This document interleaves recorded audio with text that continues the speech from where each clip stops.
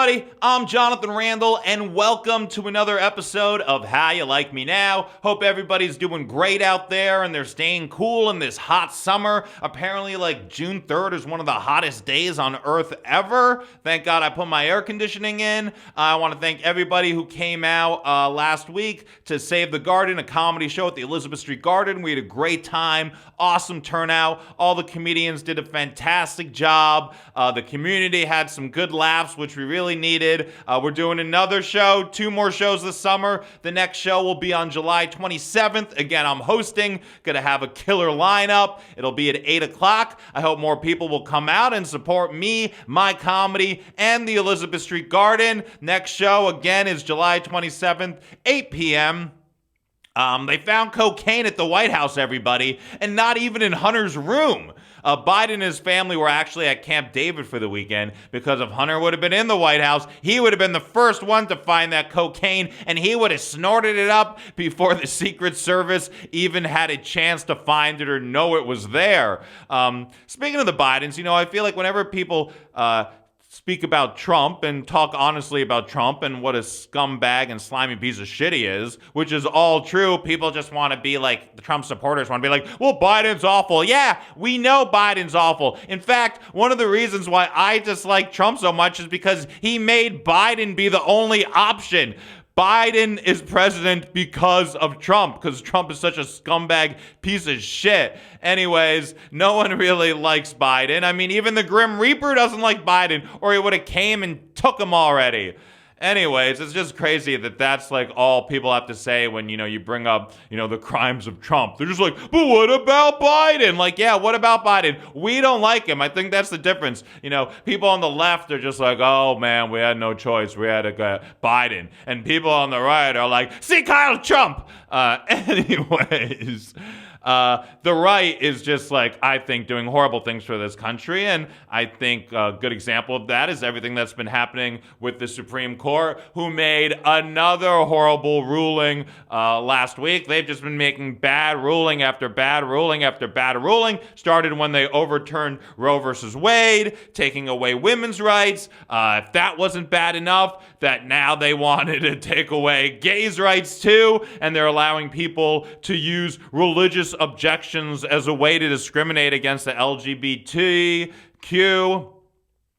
Let's see, they also shut down Biden's student loan forgiveness program, which I think is really shitty. I mean, they have no problems with rich people going to college, but they want to make sure that if poor people go to college, they're going to have to be in debt for the rest of their lives. They also got rid of affirmative action. The Supreme Court has basically just become Republican enforcers. And instead of moving this country forward, they're reversing years of progress, and it's absolutely horrible. Their decisions pretty much affect minorities or marginalized groups of people. And now that the Republicans have stacked the Supreme Court, they are doing all the Republicans' biddings, and they're kind of just one-upping MAGA. Forget about making America great again. They want to MAWA, make America white again.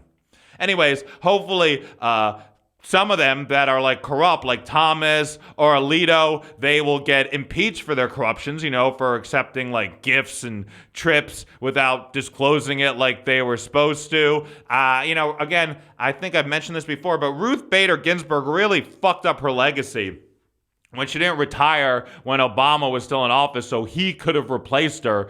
And, because she didn't do that and she just wanted to, work until she died, Trump was able to put somebody in, even though it was totally shady, and he did it when, he was already out the door and Biden was coming in, and if the Democrats would have done something like that, the Republicans would have went crazy. But, when they do it, that's just some of the hypocrisy. Both sides are hypocrites, but I think the Republicans are definitely the bigger hypocrites, but it doesn't matter, I guess, who's a bigger hypocrite. It just matters that all these politicians are corrupt hypocrites. But I feel the rights that Republicans and the Republican stacked Supreme Court are taking away from America, it does not represent the majority of what Americans want, what Americans have fought for, freedom, and the progress that this country has made, and it's really horrible. And, I feel Ruth Bader Ginsburg should have had some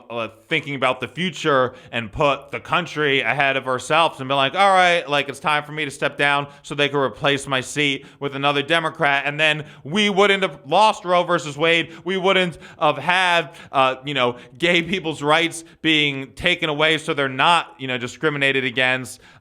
We could not lose affirmative action, which people think, oh yeah, they just want to give things to minorities. But yeah, they have no problem when they're giving it to like legacy students who are like getting in, or like families that donate millions of dollars so their kids just get into the school. But when they want to create the opportunity for like people of color, then of course a lot of white people have a problem with it. And unfortunately, that's the side that the Supreme Court seems to be making their decisions based on, not what's best for the whole country, but just what Republicans want.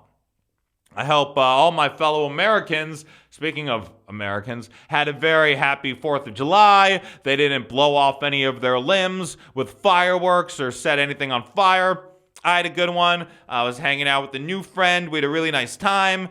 We went to Flushing, Queens, and we did a little bit of a food crawl, and then we went and checked out the fireworks. It was really fun.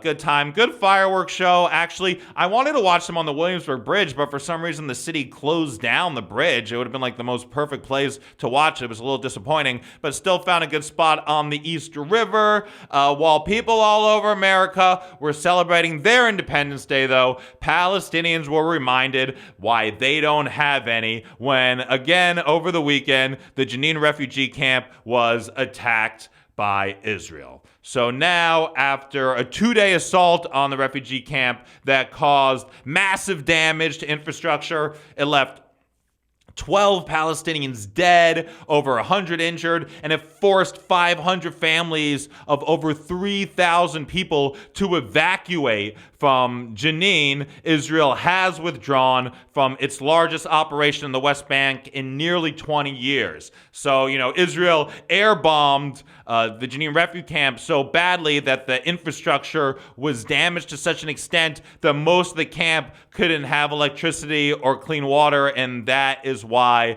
they had to leave. So the only reason that people are in this refugee camp in the first place is because they were driven from their homes in 1948 in the creation of Israel. After that, a couple years later is when this Jenin refugee camp became established, and all these refugees that had no place to go, they were living there. So not only were they, that's the reason, Israel's the reason why they live in the Jenin refugee camp, but again, Israel forced them to evacuate their homes and leave their homes.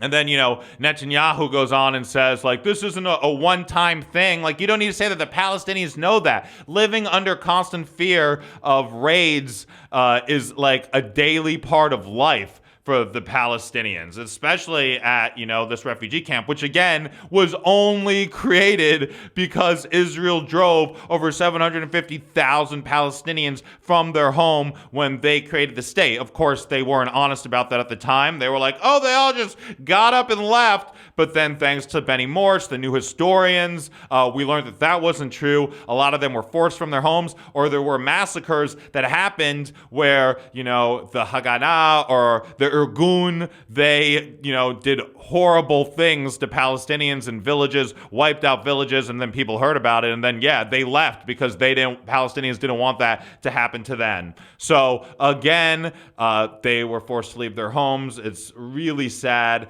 that, Israel forced them to live in this refugee camp, and it is the biggest source of them having such a horrible quality of life and their lives just being so horrible, and it's because of Israel. It's really sad. So this operation, I guess it was called Home and Garden. I don't know who named it, Martha Stewart.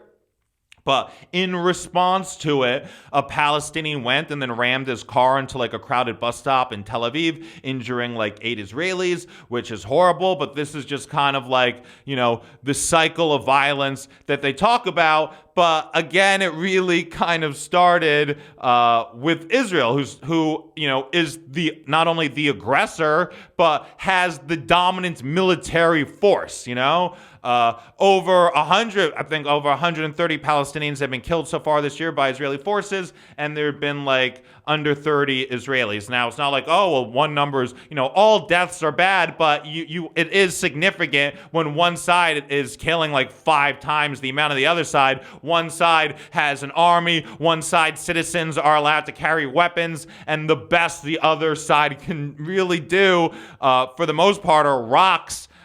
Yes, they do have some rockets that they do fire off, but Israel, of course, has the Iron Dome. They have what they call Israel's Sling. They have a vast military resource that, deters most of those missiles from hitting anywhere in Israel. The Palestinians, they have basically nothing but the anger that they have developed from the ongoing Nakba for the last 75 years. It's really sad.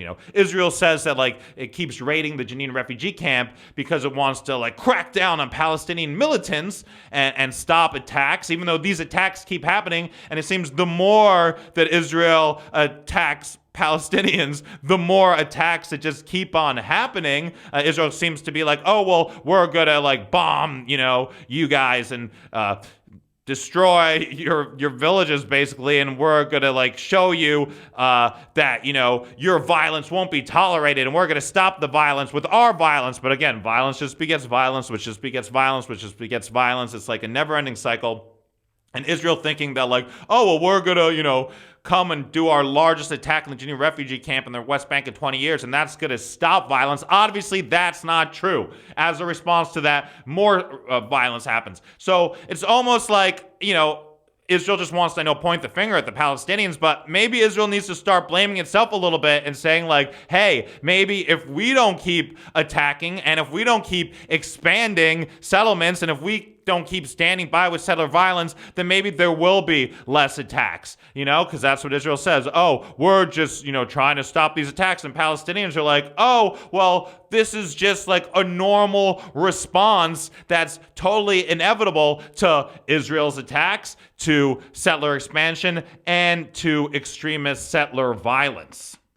I mean, what does Israel think is gonna happen? It keeps allowing and promoting these religious nationalists to steal Palestinian land. It keeps sending the army to stand by while they commit violence against Palestinians. And these these settlers, they are deranged, freaking religious nationalists who think they're doing God's will and want to recreate the biblical Israel only for the Jewish people. And they're empowering these people and saying, yeah, you can expand settlement even though it's illegal and considered illegal to the international community. And the whole international community is this is getting in the way of peace. But Israel wants to continue to do it, keep empowering these settlers who are scum and think they're on a mission from God to kill or expel all the Palestinians. They're insane people, and this is what's gonna happen. And that's what pisses me off so much when so many people different Jews around the world just want to stand by silently and be complicit to Israel's human rights violations, but also to Israeli settlers and not speak out against Israeli settlers, and they are empowering these Israeli settlers to do this. And by more Jewish people not speaking out against Israel, that's why Israel now has the most right-wing coalition and Knesset government ever. And they're doing this thing is because that's what happens when you can't be criticized by anyone without being accused of anti-Semitism, and when people are just silently standing by you because they've been so indoctrinated with lies their whole life, and they feel like they have to have this blind allegiance to Israel because that's what it means to be a Jew, when that is so not true. And listen, I was that way. I was indoctrinated. I had an allegiance to Israel. Many people do, but then I explored and did more research and gained more knowledge and understand that I was fed a bunch of lies. And I don't understand how more people are understanding of this, considering what I talked about last week with how the new historians came and basically said that the narrative Israel was presenting was bullshit, but it seems like most Jewish people, I guess, didn't read the new historians, aren't even aware that happened. So it's crazy, and then you hear these kind of stereotypical tropes that I often view as anti-Semitic, as like the Jews control the media. But then when you like understand like the story of Israel and how like they created a false narrative and lied, you're like, holy shit, like there is some truth behind this. And this is where like these conspiracies come from. They come from a little bit of truth, which like did happen. Like it is a fact that Israel lied about how it was created. It's lied about its treatment for the Palestinian people. And you know what? It continues to distort the narrative to make it seem like these Palestinian people that, are living under constant fear of, Israel, the IDF, or settlers are the ones to blame for all the hardships going on in that region, when like Israel, I've called it the IDF a bunch, but the Israeli military, I don't like calling it the IDF. I shouldn't. That's some more like Israeli propaganda, They are the reason, especially, the settlers, and keep expanding. I mean, stop the expansion. That's just like the minimum of what you could do. It's like pretty common sense, but Israel doesn't care. They're not going to be happy till Palestinians are completely, taken away from the land, cleansed from the land. I mean, I don't want to use that word, but they're not going to be happy till that happens, and it's all theirs. And that's just a bad look for Jews everywhere. I keep talking about this, and it's one of the reasons why I continue to speak out. And it just really bothers me that like some of the comments I get, I guess, from Zionists is just like they're totally clueless and totally devoid of the reality of how these people are living. And yes, Palestinian leadership is horrible. I mean, a lot of it is in place because of Israel, and Israel is really like pulling the strings.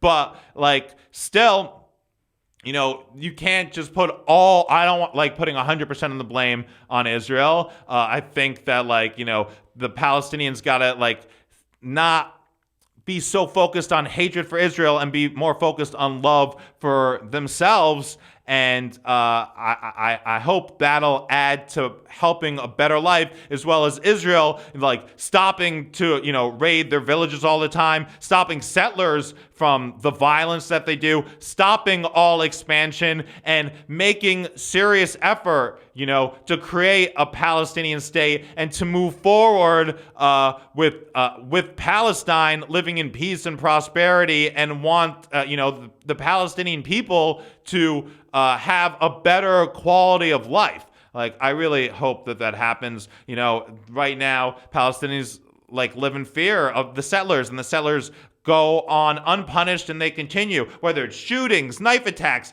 burning crops, vandalism, stealing land, stealing livestock.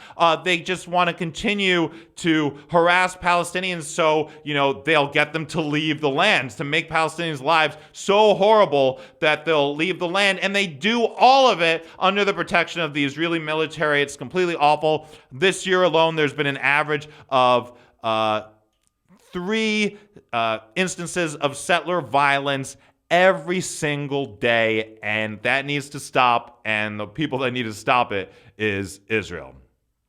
Anyways, if you're not following me on social media, please do, at Jonathan Randall on all platforms. I also have a Ko-fi page. You can show me some support so I can continue making content. I post some content exclusively just for the Ko-fi page, and the more supporters I get there, the more content I will make exclusively for my Ko-fi page. I will put the link to that in the description of this podcast. Thanks everybody for listening. Have a good summer. Stay cool. I'm Jonathan Randall. How you like me now?